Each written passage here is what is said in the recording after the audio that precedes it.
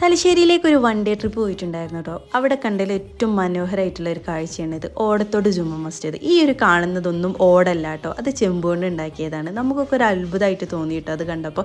ഇത് അവിടെ ഹൗലാണ് കേട്ടോ, ഒലോ എടുക്കാൻ വേണ്ടിയിട്ടുള്ള ഒരു സ്ഥലമാണ്. ഇതിന് 300 വർഷം പഴക്കമുണ്ട് എന്നാണ് പറഞ്ഞത്. ഇതിൻ്റെ മേൽക്കൂരയിൽ കാണുന്ന ഓരോ മരക്കൊണ്ട് ഉണ്ടാക്കിയതുണ്ടല്ലോ, ഭയങ്കര ഭംഗിയായിട്ട് തോന്നിയിട്ടുണ്ടായിരുന്നു. നമുക്ക് ഇതിൻ്റെ ഉള്ളിലേക്ക് പ്രവേശിക്കാം, കാരണം ഇവിടെ ടൂറിസ്റ്റേഴ്സ് വരുന്നതാണ് കേട്ടോ.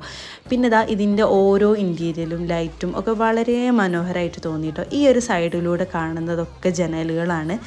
ഇതിൻ്റെ ജനാലിറ്റും ഒരുപാട് പ്രത്യേകതകളൊക്കെ ഉണ്ട് കേട്ടോ. പിന്നെ ഇത് മുകളിലേക്ക് പോകുന്നതാണ്, കയർ പിടിച്ചിട്ടാണ് കയറിയത്. കാരണം പഴയ കാലത്തെ പടികളാണ്, വളരെ ചെറിയ പടികൾ.